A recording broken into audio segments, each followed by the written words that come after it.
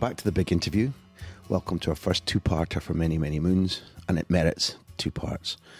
Welcome to the story of Joe Jordan. Joe was part of a fabulous Leeds side, underestimated, misrepresented, but also one of a colony of great Scots down there, Billy Bremner, Bobby Collins, Peter Lorimer, Eddie Gray, particularly Gordon McQueen, who made a young Scot like me believe that if you were ambitious and aggressive and talented enough, then not only could you succeed, but you could go and succeed in different countries. I didn't know until now that Joe's story intersects with mine a little bit more. In 1982, the World Cup, a formative experience for me and my best friend Graham Runcie. We went there for a month, lived it up. I was broken-hearted and I've held a grudge about Alan Hansen bumping into Willie Miller in the final group game, allowing the USSR to burst away and score, and ensuring that the 2-2 draw we got that night wasn't good enough for Scotland to go through. But what it also ensured was that Joe Jordan and Gordon McQueen, using Joe's Italian contacts, could travel up later in that tournament to go to the final in Madrid, where Italy beat West Germany. And they celebrated. And the following day, Joe and Gordon are in the Madrid airport, ready to fly back to Malaga to join their families in Marbella, when a young child, a story above Joe up on the first floor, climbs onto the balcony, falls off, and between landing on Joe catching this child, a life is saved. As Joe says, had it not been for that moment in the Malaga stadium when Alan Hansen knocked Willie Miller over needlessly, he wouldn't have been in Madrid and that young child wouldn't have been saved. Life's incredible. Joe's a humble man and we had football things to talk about, which is why I tell the anecdote now rather than pressing on him to tell that tale again during the interview. But what he does do brilliantly is tell you something about a generation of working class Scots from a mining community who were hard, ambitious, intelligent, able to cope with the world, and a talented footballer who I think has been represented as a hard man far, far, far too often compared to being represented as a talented, intelligent, ambitious, successful centre-forward, able to take his trade to Manchester United, to be successful, to play in a variety of European finals, to go to AC Milan, to go to Verona, to play with Southampton, to witness the debut of Matt Le Tissier with them, Alan Shearer arriving at the club. But we start with the Leeds years. Years of exceptional, consistent, determined football that if you strip away the way that they're pigeonholed unfairly as simply being hard-nosed, easy to dislike, a team absolutely jam-packed full of talent, inventiveness, and a determination to never let defeat beat them. I love that. And this is how Joe tells that great story in this first part of the big interview with Joe Jordan.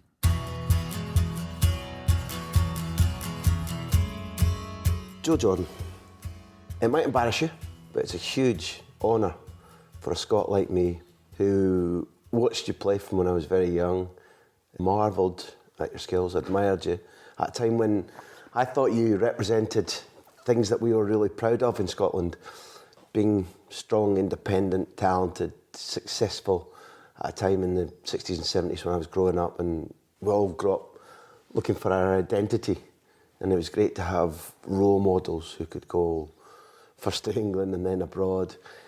And it's when I researched before this interview, which we're really privileged to get, so thank you. Pleasure. You began playing with the man known as the King, King Joey Harper, if you're an Aberdonian. Yeah. If I'm right. Yeah, that's right, yeah. You were so good that you kept Joe Harper in midfield, if I'm not wrong. Certainly you were the striker and he wasn't. Now, I don't know about that. Tell me about it. No, I think, Greenock Morton. Greenock Morton, I think Joe Harper and Greenock Morton was as big as Joe Harper in Aberdeen. I think he'd done exceptionally well at Capello. And I only played, I couldn't have kept him out that long because I only played 6 senior games at my time there, but my time wasn't just 6 or 7 weeks. I was there for 2 years at Greenock Morton. First as a part-time player, playing in reserve, 16, and then taking the big decision of becoming a full-time player, which my mother didn't want me to do. She wanted me to get a profession, a trade, get some behind. But anyway, when I was 18, if I was going to progress, I was training 3 nights a week at Bellahouston Park and working in Glasgow and going to night school. It was trying to do the two of them and something I had to give. Well, that wasn't going to be my football. So eventually I became full-time. That was the right decision. I ended up getting 6 games, and from those 6 games, somebody seen something in me, and Don Revie eventually paid the price and took me down to England, which I'll always be grateful for. I'm fairly sure he didn't regret it. You come from Cleland. That's right. What did Cleland do for you? What of Cleland is in you? And wasn't it a place where there had been footballers of great note had come through already that I'd ask, did that influence you at all? Yeah, I think it may have done. Cleland's only a small place, which represents in the Lanarkshire area and other shires in Scotland. It's a mining village, and they did produce the most famous of what was Jimmy Delaney, who played for Scotland, Celtic, Manchester United, went on and made a number of records. And Jimmy was there, and he was a friend of my dad's. But every other day you see Jimmy walking along the street or getting on the bus, off the bus, coming from work. And when you see a man like that, you're looking at someone who'd played for Manchester United and played for Celtic, won cup final medals. And the village was, I don't know, it was a place where it did breed football players. There was other players that had made careers. There was a lot of lads there who had ability, who played the game in every hour they could possibly get after school. 10v10 on the street, in the parks. A lot of them didn't maybe not have the ambition or the discipline or the desire, and I think I did. I think Cleland gave me that, gave me someone in Jimmy Delaney, for example, some people who had gone and been a success and had made a career out of football, and that's what I wanted to do. There was nothing else that competed with it. I eventually, at 18, I was delighted. I mean, I'd always look at Green at Morton because there was a guy there called Eric Smith along with Hal Stewart. Eric Smith was an ex-Celtic player as well, ex-Leeds player. And Eric was a great example in respect to what I said, disciplines, habits. So at Morton, in the time I was there, I only had one pre-season there, but I did have these nights and the reserve games over the 2-year span.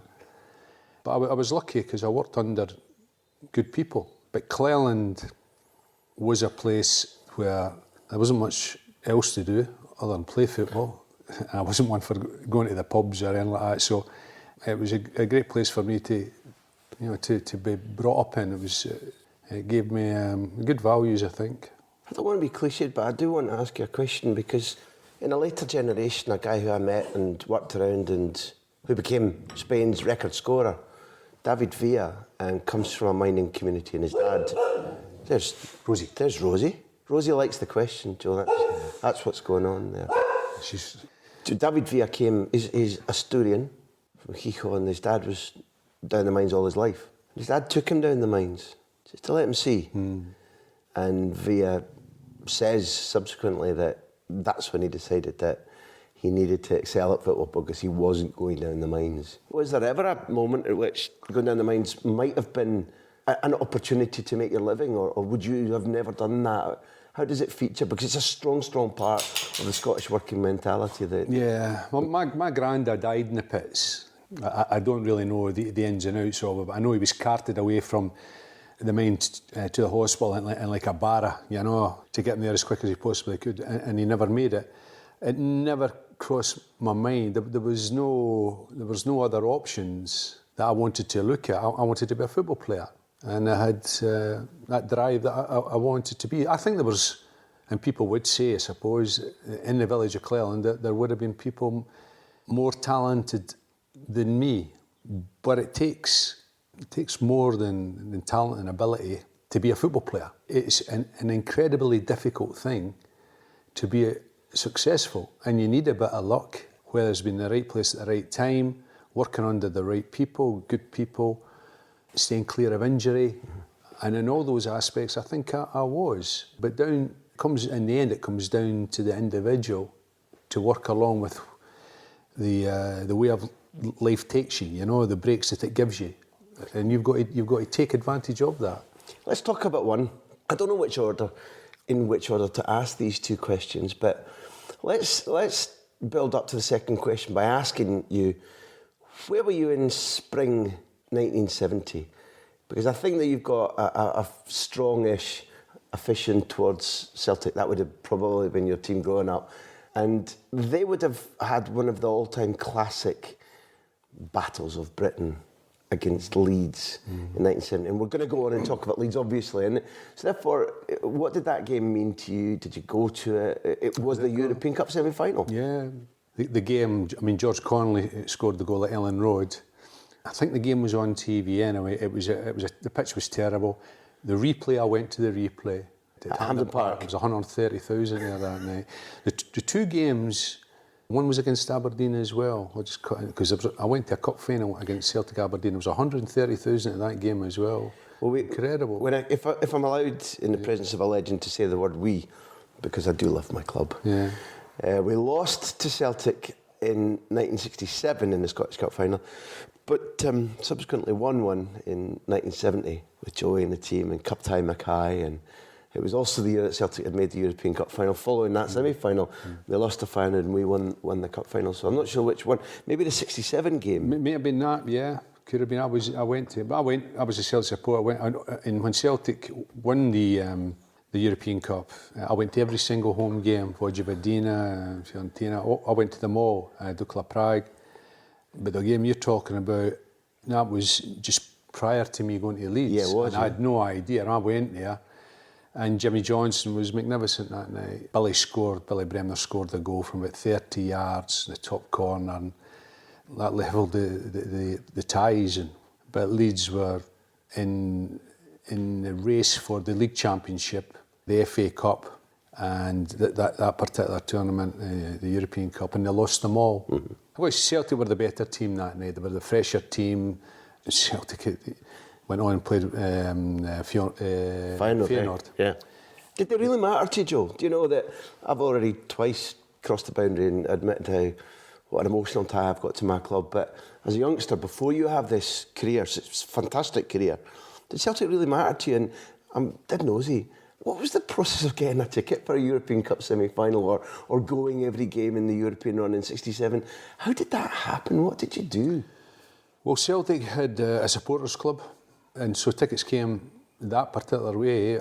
When they moved the game to Hampden Park for the Celtic Leeds game, because 70,000 wasn't big enough. So I managed to get a ticket, but it was 130,000. But going watching Celtic were a good team, a really good team, and it's been looked upon now. And there were players there that you look at and were special players. I mean, I can name quite a few, but none more than Jimmy Johnstone. I thought Jimmy could do things as a lad, stood there in the terracing, watching a player, and you think, and he was courageous. He not only had the ability, but he could take a whack, look after himself, and go on with it. I have to say, I was at a game once where I think it was Kenny Aird. Kenny Aird was another little winger, and Kenny Aird laid one right on Jimmy, a bad tackle, and Jimmy turned around and laid him out, sent straight off. But over the years, he had the courage to take the ball, knowing that a centre-half or a full-back was going to come through him. But you're hinting at the fact that not only did they do that and entertain millions and win trophies, but it was quite rare for him to react. Very rare. But I was there, funnily enough, the day that he for some reason, he lost his rag. But you're talking about week in, week out, year in, year out, and he would take it or avoid it in respect with his ability, jump the tackles, evade the tackles.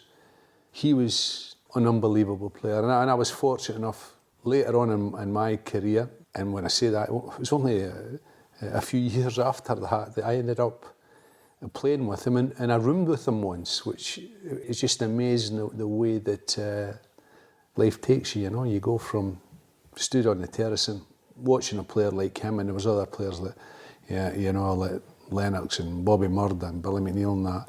But Jimmy was the one that I looked upon because he could do things. You think, I don't know how he done that, and then he would go and do it again. Should he have been rooming with you the night that he set off for America from, was it Largs in the boat? And because I just thought you might have advised him not to. No, I was there.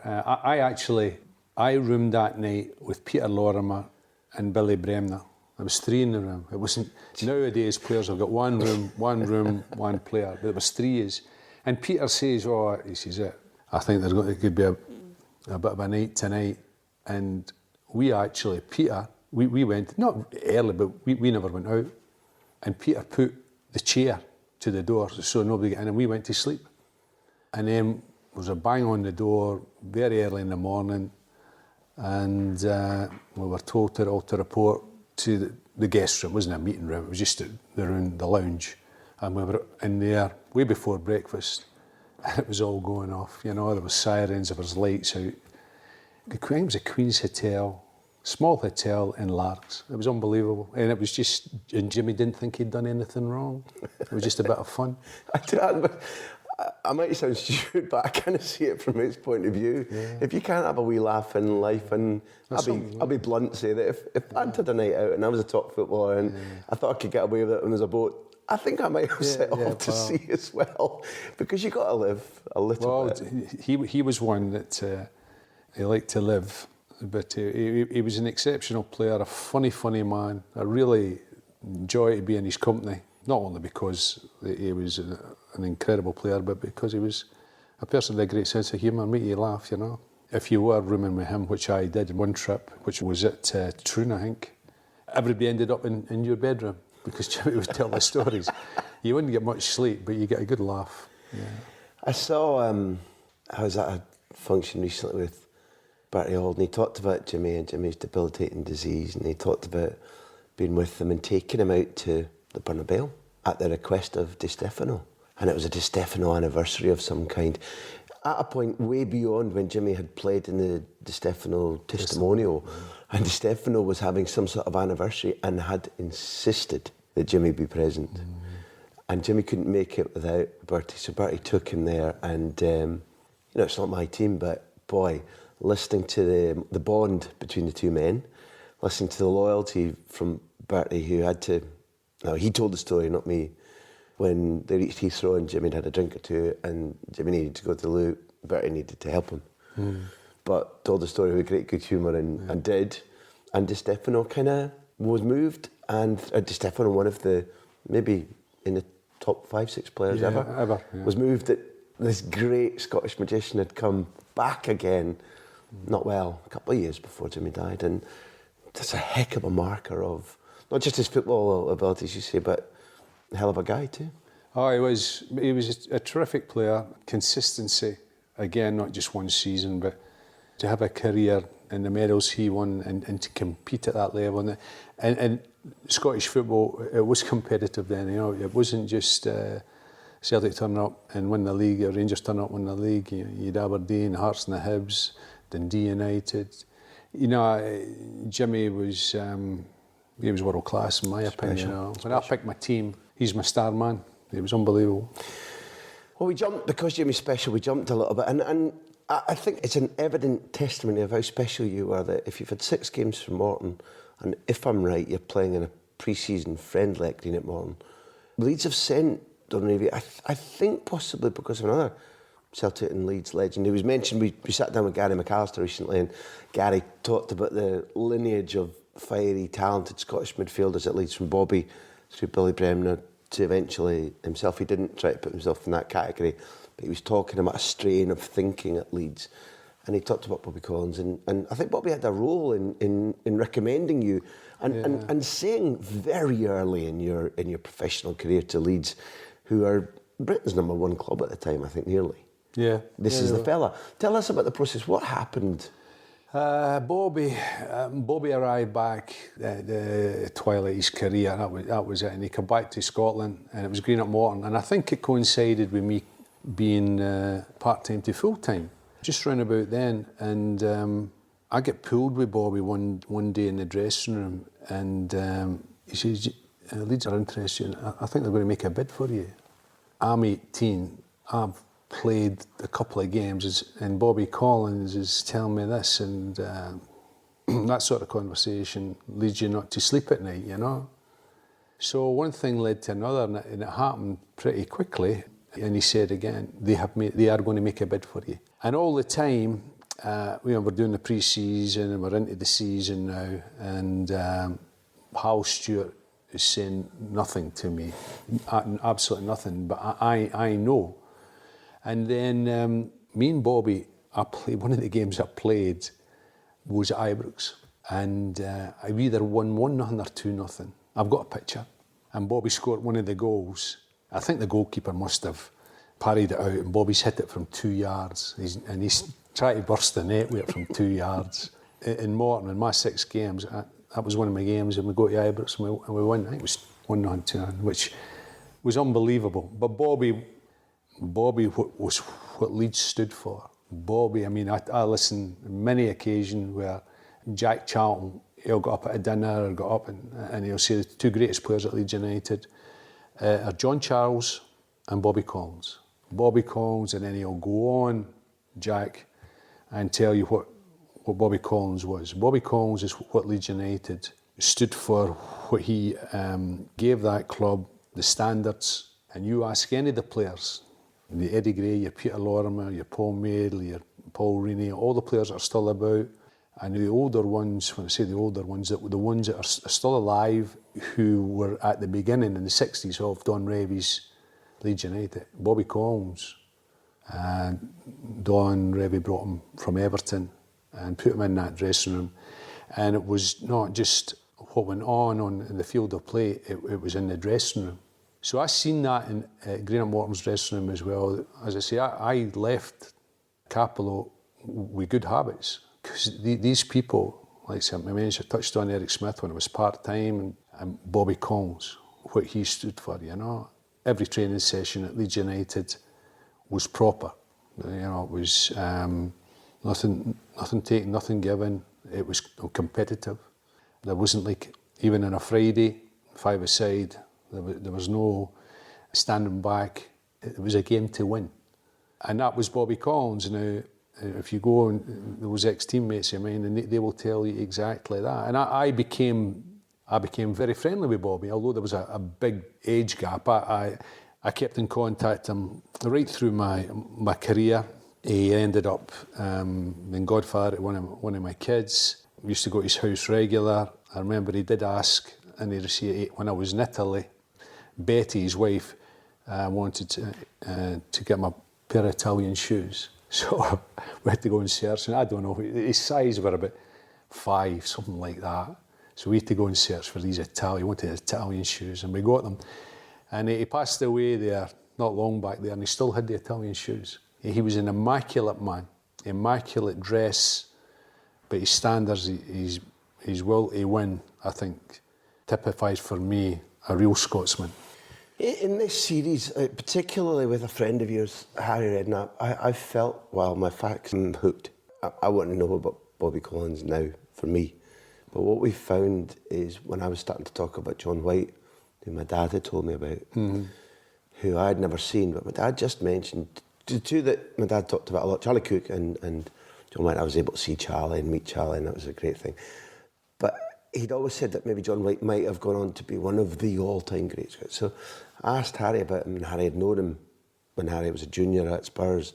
So we talked about them. And on Christmas, John's brother and sister had heard the interview, had been given it by a friend, and listened to Harry and I talking about John and been in tears. But also people flooded us with, my dad said, my uncle said, my granddad said about John White. So now we're at that moment with Bobby.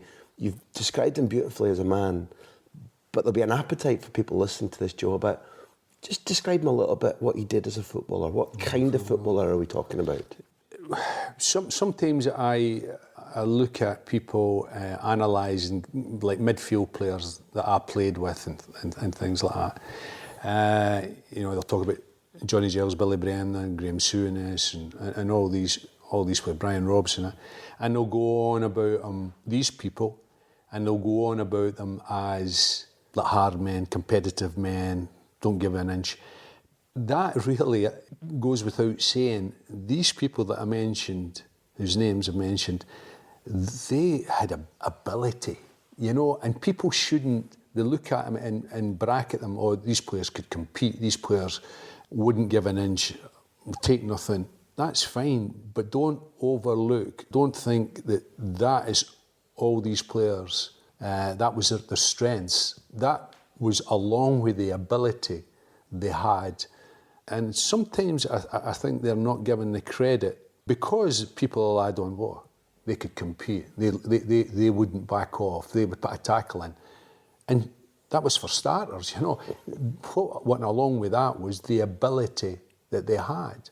Now, if we come to Bobby Collins, and I've mentioned those because some people would know their names, Bobby Collins cannot be forgotten because he was the giant in that Leeds United dressing room. And that was before I went there. And his legacy was still there because of what those players produced and carried on. So it wasn't the fact that Bobby could tackle and look after himself and other people. It was the standards he set on the field, the desire to win, the passion to play the game, and then we'll maybe talk about his ability, which some people just overlook it, as they do the other guys. He could pass a ball left and right. You know, he had a range of passing, could tackle, could score goals, midfield, great striker of the ball. He had a package, he had it all. And this came every week. And if he did have an off day, he's one of these guys, and there's not many that can do it. When he's not playing well, he can still tell you and me and someone else, hey, get a grip, sharpen up. Now that is a great asset to have. That is an incredible strength to be able to do that when things, as a captain as he was, aren't going particularly well for you, but he still makes sure that other people, on that odd occasion, that his own game's not right. That's something that sets a player out from others. We live in an age where we probably have too much opportunity to watch too much football. Is it times like this that you feel it's a sin that there aren't acres and acres of video footage showing Bobby? I'd love to go back and watch and learn based on what you've said, to go back and appreciate it. We've got your words and they're brilliant, descriptive words, but boy, I'd love to have seen a man like that play. Yeah, well, I was in the dressing room with players who played with Bobby at his peak, and his peak then was after he'd had a career at Celtic and at Everton and then come to Leeds, and he still had enough about him, and he would have been in his early 30s then, late 20s, early 30s, to have all these young players like your Norman Hunters and Eddie Grays, and they were led by this guy. They learnt the game and what the game meant by Bobby Collins, and Don Revie on the field of play allowed Bobby to educate these players, what it was, what it meant to play for Leeds United. There I was going to segue into, because I have a fascination about Don, and because you were there, because Eddie Gray, I thought when I was growing up, I thought was a genius. I would have paid everything I ever had to watch Eddie Gray play because he was so good. But when you throw in yourself and eventually David Harvey and Gordon McQueen, Peter Lorimer, Leeds were a side I followed all the time, right from my earliest days. But I haven't really understood Don Revie well, and didn't know until very recently that as a footballer himself, before we even talk about what he was as a leader or an organiser or a builder of a club and a coach, that he'd been a very, very good player. He was the Football Writers' Player of the Year in '55 at City.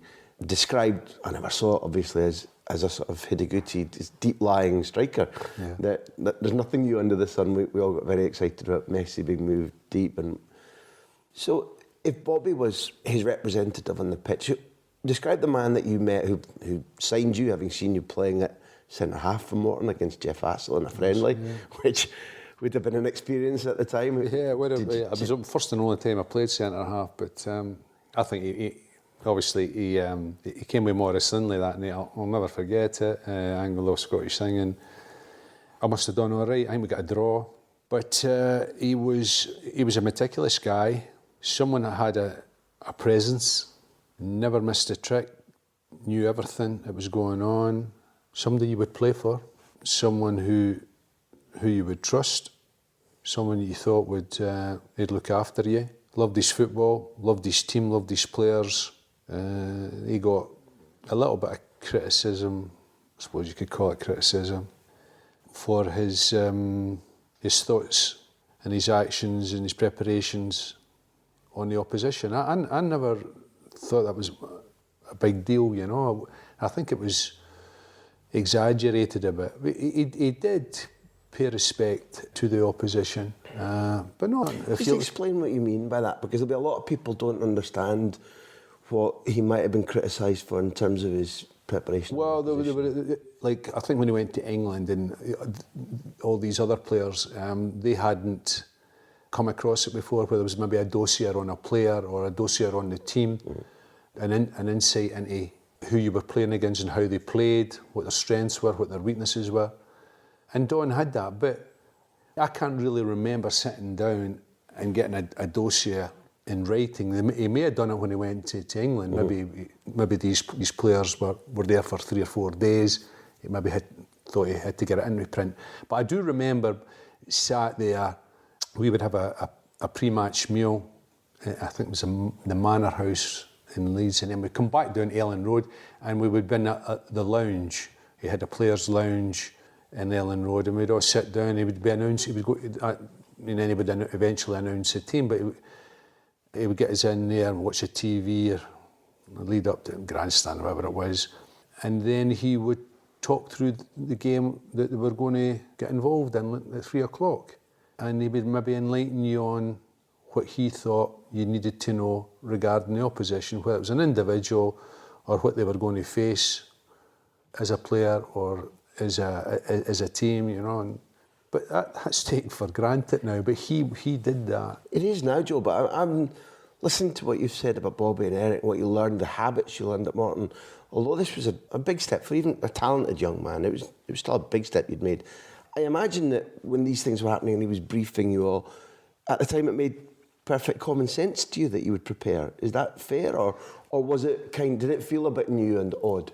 Not really, because when I went to Leeds, everything at Leeds was professional. It was the way that, and I wouldn't know. I couldn't really compare it with. All I could compare it with Morton, and I've got to say Morton were all right. But I was a part-timer at Morton, and I was only full-time for 2 or 3 months. But everything at Morton was fine. But when I went to Leeds, everything was professional. Everything was what had to be done was done.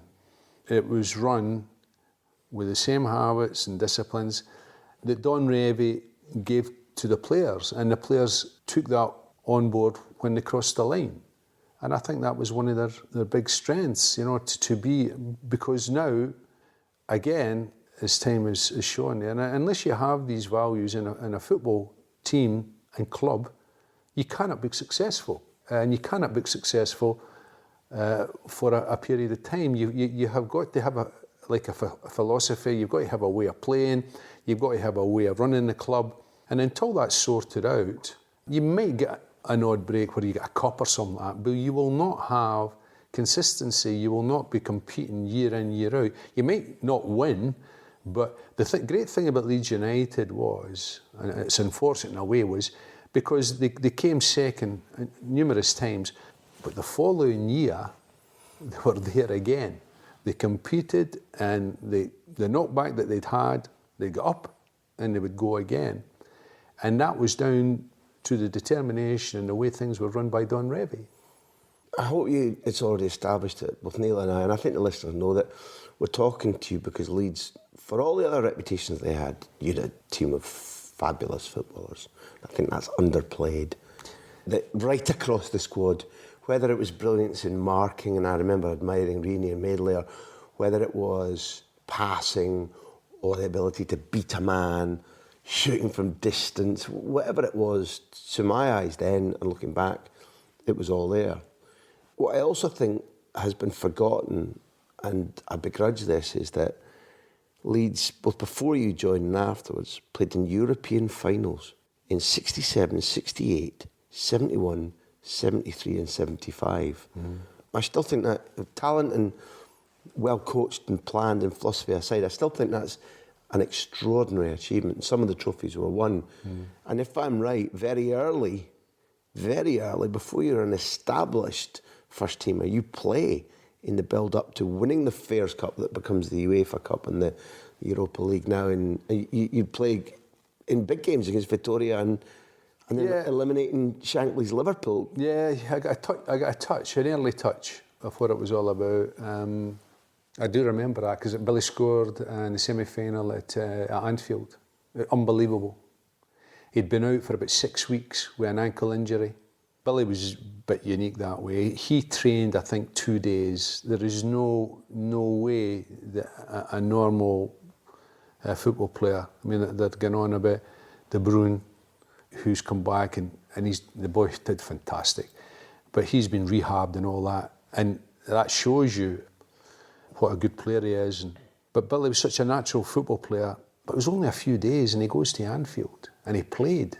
And, you know, the adrenaline in him, he had a marvellous game and he scored what proved to be the winning goal. An away goal there, 0-0 at Ellen Road, I think, and that was it. We're through. We played Juventus in the final.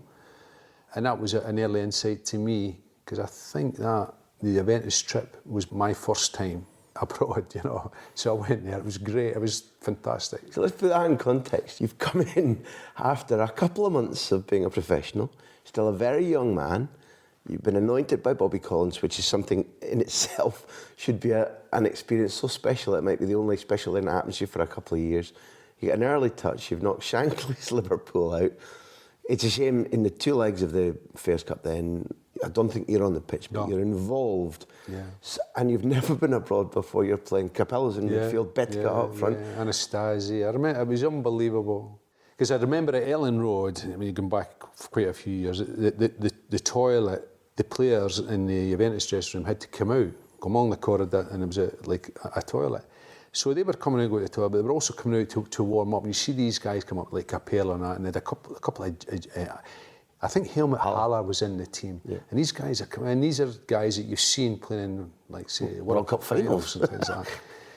And you're thinking, it's unbelievable, you know. And the foreign scene is completely new to me, and to be a part of it was brilliant. As you say, I never got involved in the final, but I went there and we were actually in Turin and the game got postponed. Oh, I didn't know that. Yeah, it did. Once it got postponed, it got abandoned. Is it fog?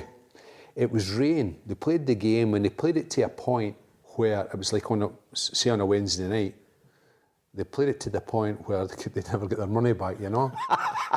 So, and then they abandoned the game, and that was the Wednesday. And then they played the game on. We stayed over, so with 2 days extra in Turin. Played on the Friday. How did Don treat those 2 days? I can't remember. Did you no, I can't remember. Because the game's going to take place at the old Stadio Comunale. Comunale, yeah. It's years before the Delle Alpi, and they're now back at the Comunale. And I suppose, given the preparation, listen, it's a long time ago, but I'm curious because he's got you to a certain peak. As a meticulous man, he's got his preparations just right. You play 3/4 of a game, you stop, you've got to stay in Italy, it's unscheduled, but you have to have your mentality and your fitness and everything back right again. Not an easy job, particularly in those days, I'd have said. Well, it was a one-off, you know, that didn't happen. There was a talk about going back to Leeds and then coming back, but that was cancelled. I know we were out of the city. We were up, not in the mountains, but up in the hills, and then coming down. I do remember coming down for a visit. Turin's a lovely place, and coming round in a little bit of a break. But that's all I can remember. And then the game getting played on the Friday night, and Leeds eventually won in away goals, 2-2. Mm-hmm. And then they won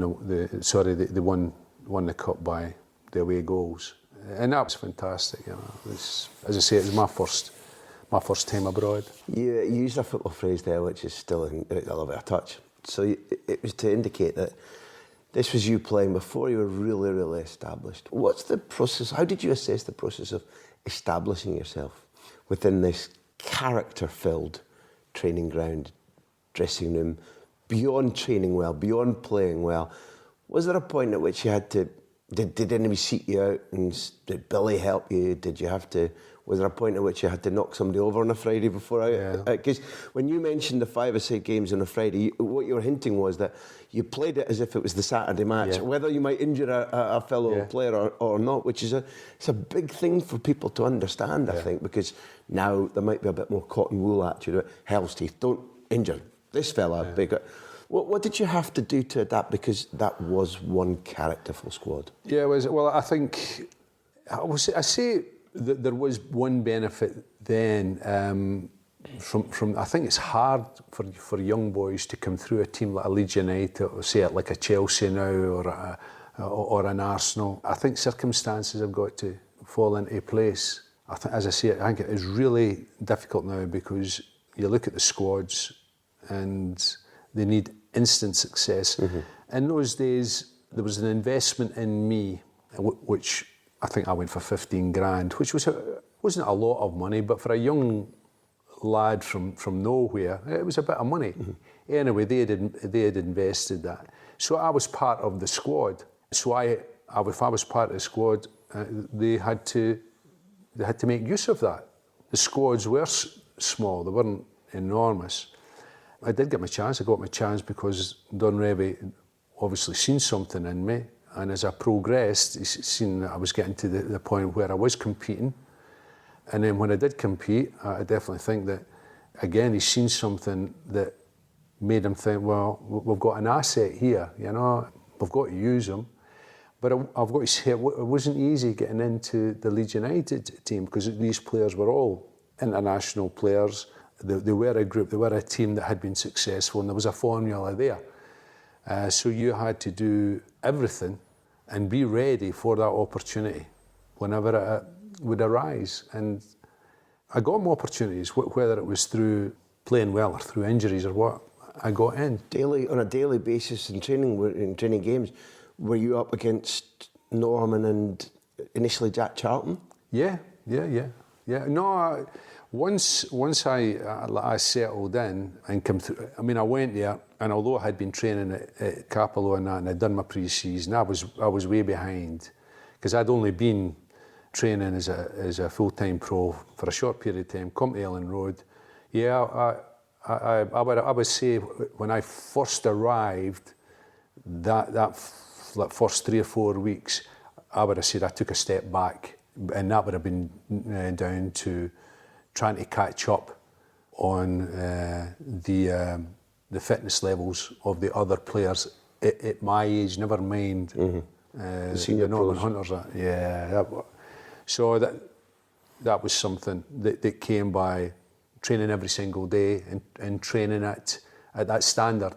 So eventually it came through that, and then I became a part of the squad, a young lad at the time, but I got mod game, and sure enough in it that the Don Revie took note of it and brought me on and played me whenever was necessary. In this series, when we were talking with Graham Souness, he talked about the England-Scotland games, and with Terry Butcher, and England-Scotland games at Ibrox when they were there together. And for a youngster looking in, it was great to see Scots all over that squad, but was there a divide in training? Was Jack Charlton's a proud Englishman trying to put you up in there because you were a young Scot, or how were the teams divided up in training? No, you didn't need to be Scot for Big Jack to do. They were the most competitive games, training sessions, and I'm 18 then, than I've had in my career in training.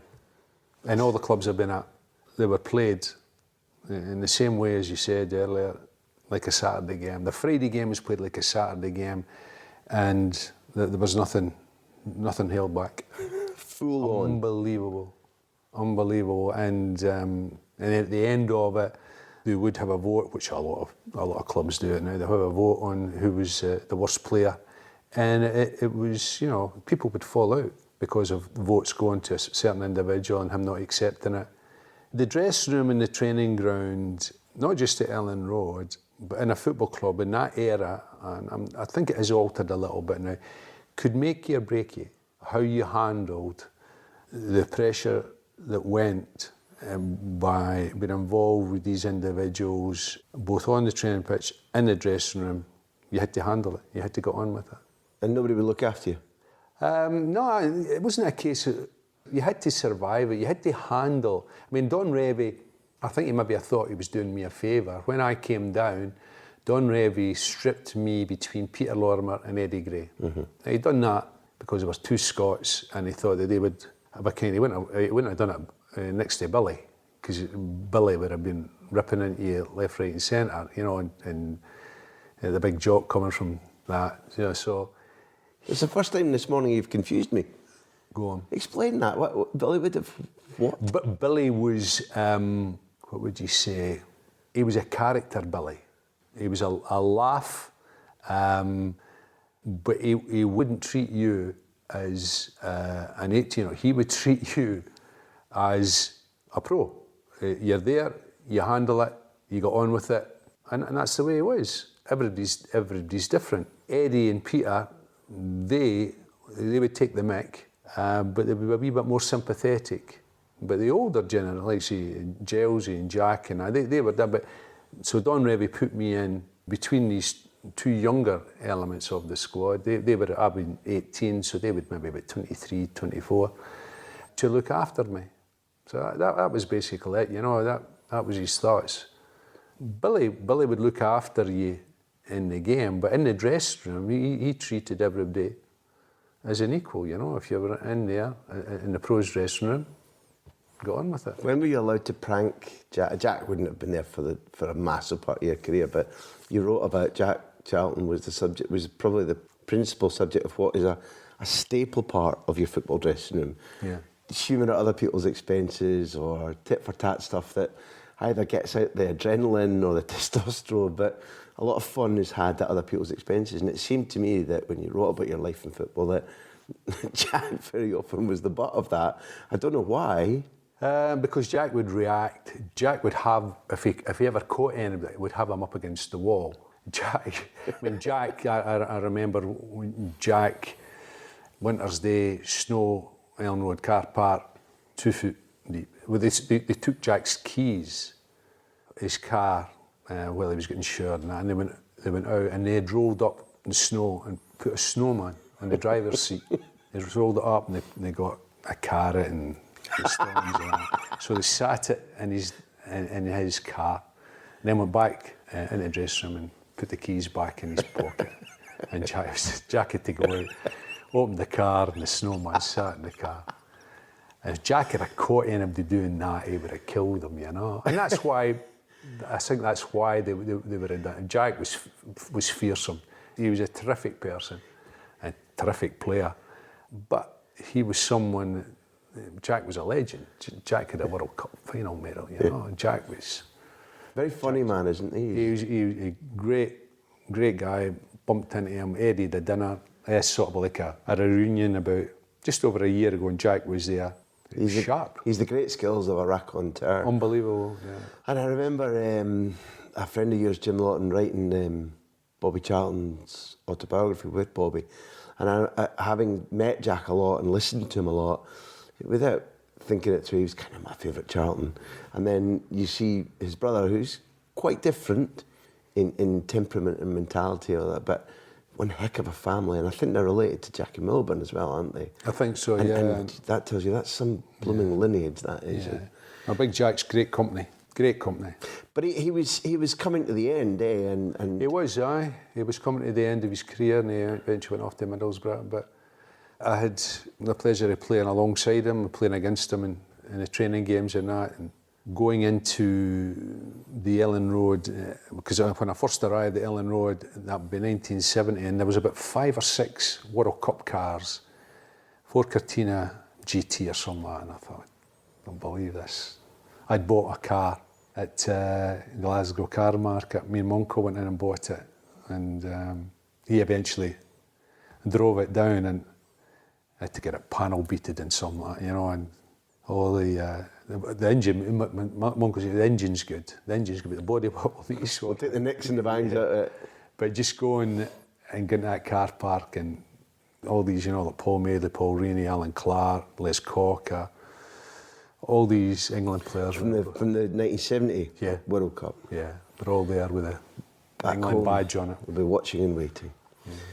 By the time you're established, you did something which, I mean, Joe, I would literally talk the hind legs off you and the donkey, but we can't do every glorious thing in your Leeds career, and there's so much more to talk about. But by the time you're thoroughly established, you play against a hero of mine who died recently, Johan Cruyff. You've played against Milan in another European final, in which you play, very nearly score. A final which doesn't look too pretty when you look back at the refereeing, although that AC Milan side could also really, really play. A game in Greece, I think. I don't know what your memories are of that, but you damn nearly score and you damn nearly make, and you stand out. And I'm sure maybe in later years that performance against AC Milan comes back to do you a favour. But these 2 eras, I want Milan beating Leeds and then coming on to the semi-final against Barcelona, were, again, because you were on television as a young Scot, I followed very closely, and they must have been epic nights, epic experiences. Yeah, they were. That one maybe 73, I think, AC Milan and Salonika. I do remember it. It looked an awful, what would you say, an awful result in that the best team didn't win. No. It wasn't fair. I mean, there's nothing you can change now, that's it, that's the circumstances. But Leeds deserved to win that night.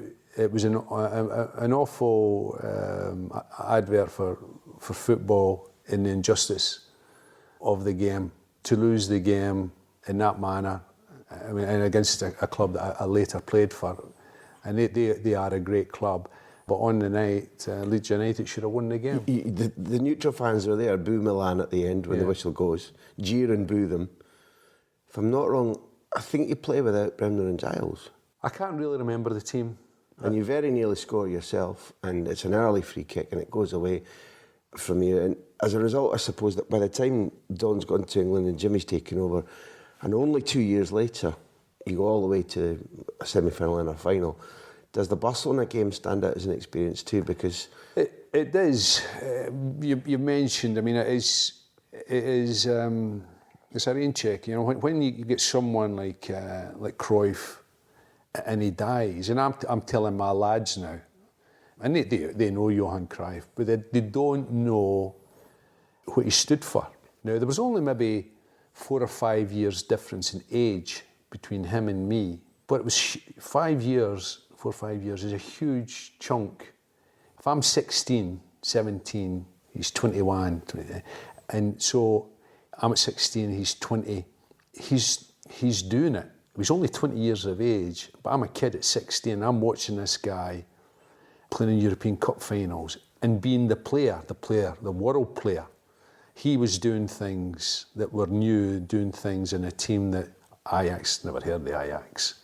This jersey, never seen a jersey like that before. Never seen movements, the control. See, someone said that he didn't. Remember even said he didn't have pace. I thought he was lightning. he seemed to float, Joe. He was elegant. He was an unbelievable player. I ended up playing against him in the European Cup semi-final. And he would be 27, 28. He was at his peak. He'd won all the 3 European Cups. And he'd gone to Barcelona. So we're playing him in the semi-final. They were obviously a terrific team. Cruyff and Niskins and people like that. And we won 2-1. You make both the goals. I had a hand in both. The first one's lovely. Giles to Jordan. And Jordan Bremner. down.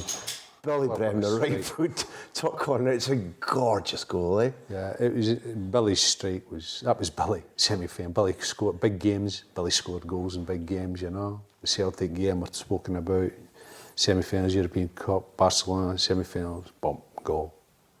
Then the replay, I'd already played it in the Nou Camp. Is that right? Yeah, I played. It would have been one of my first games. When the Fairs Cup, the first winners of the Fairs Cup was, I've got a medal, was Barcelona.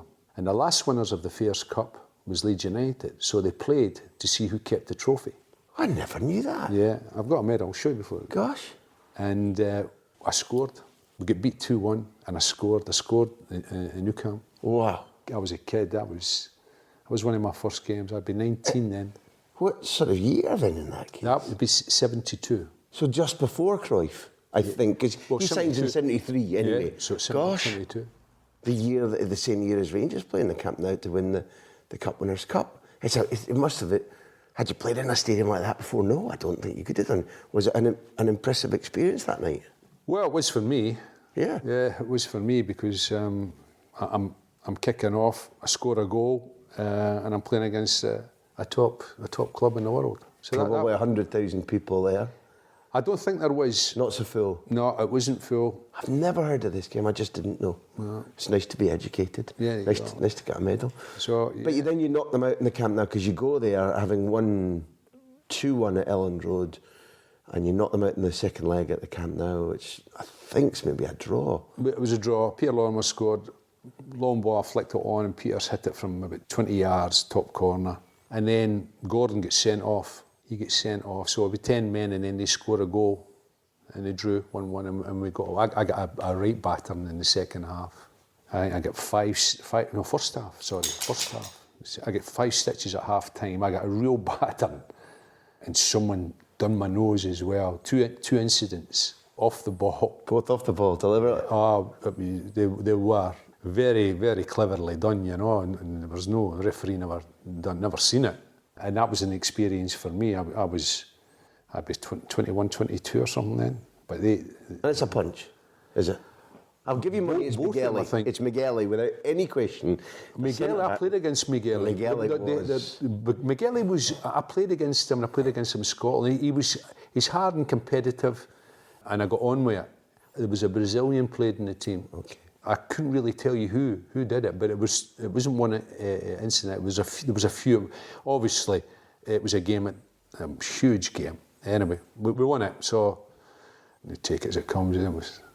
It's history, you know. It's life. It was something that you have to face, and something I did face throughout my career, and that was part of the game, really. Is there a chance we try to be?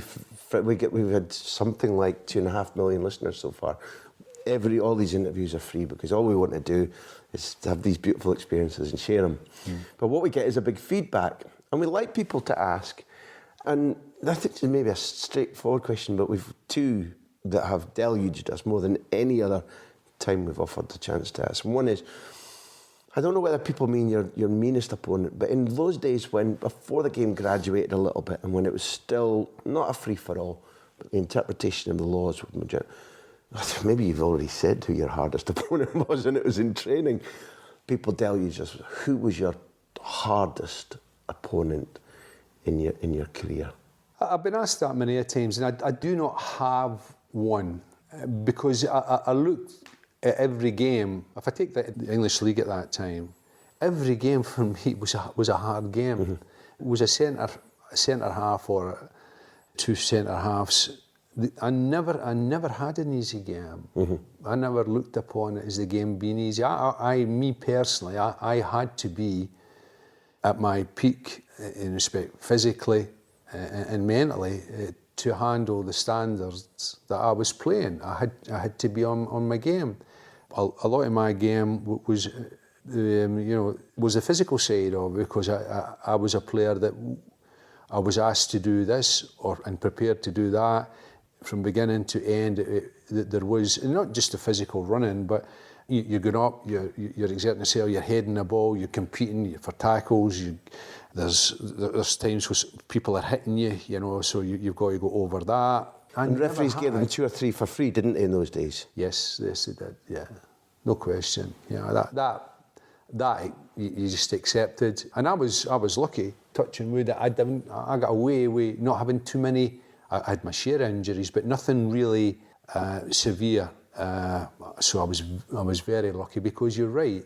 The first 15, 20 minutes, anything went, and the referees would turn around and have a word, possibly coming up to the end of that 20 minutes to the centre half, you know. And so you had to keep your temper and keep your legs on you for 20 minutes, and then maybe you could play. And then it would settle down, and the referee had to hopefully take action then. But there was no names you know... See, I think, I'm interpreting for a lot of people, I don't think it was just like who battered you and who'd battered you back, but who had that mix as well of being a really hard physical game, but could play brilliantly too.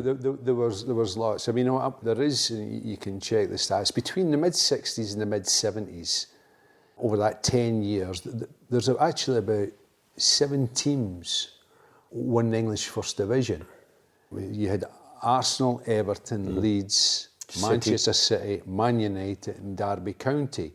That's 6. So the game was so competitive.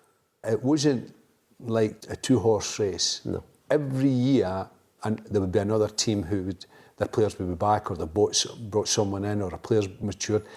So if you look at the midfield partnership, you know, unbelievable, you know, Bremner and Giles, and you look at the other ones, Bobby Charlton and Styles, or you look at Ball and Harvey, you know, you go through these teams in that division. So the same applied to centre halves as well, you know. Yep. So they were, each team, that there wasn't that much between them, you know, nobody was running away with it, and no one was going to disappear. They were there or thereabouts. And that's what made Leeds great, because they were there every single year.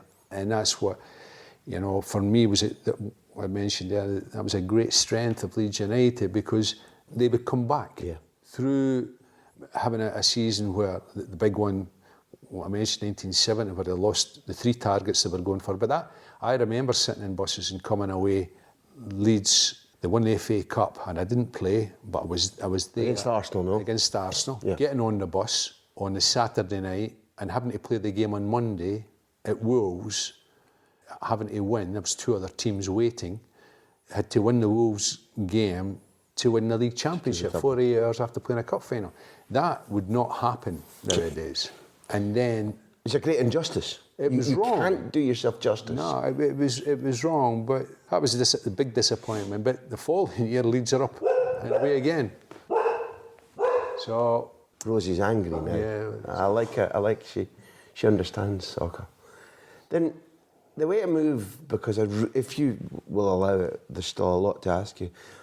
75 in the final that you've qualified for against Bayern Munich is a horrible memory for so many different reasons, mostly football. But tell me if I'm right, that either Jimmy or the club decided to let Don lead you out to the final. Is that right? No.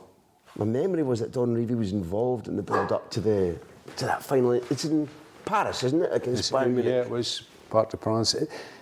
I think Don Revie was at the game, but he was in the stand. I can't recall, but I know he was there. But that's I never seen him on the trip. What did the game feel like? Again, you look back on it. But people tell me I've never seen the game, but I've seen the penalty that wasn't on Alan Clark, and obviously I've seen Peter Lorimer's goal from 20 yards, which is just a goal.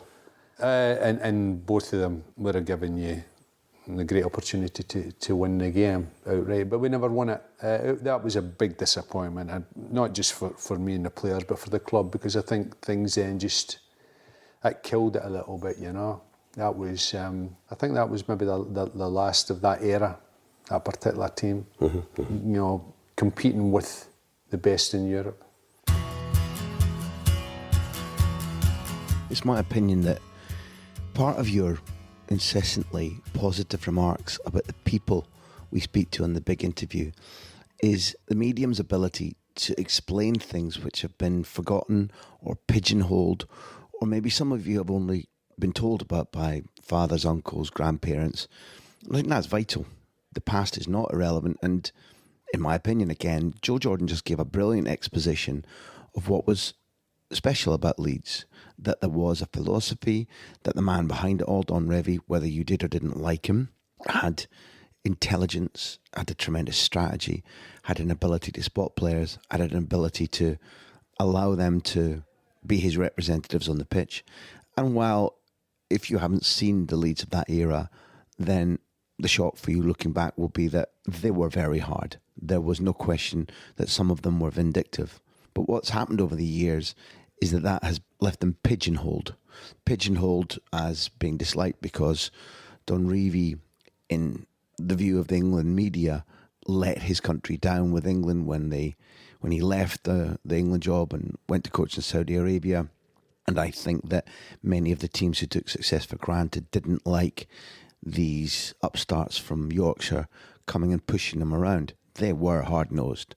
There were moments when you won't believe the tackles, but they could play. And I think Joe's explained that in great detail, that was a club who represented values that you could transfer to the hugely successful Real Madrid, Manchester United, Juventus, Chelsea, Barcelona, sides that have dominated Europe. You can see a lot of the values that Leeds United represented in that period that Joe's been talking about in the Nottingham Forest that Brian Clough took to the summit of European football, and he's lauded for.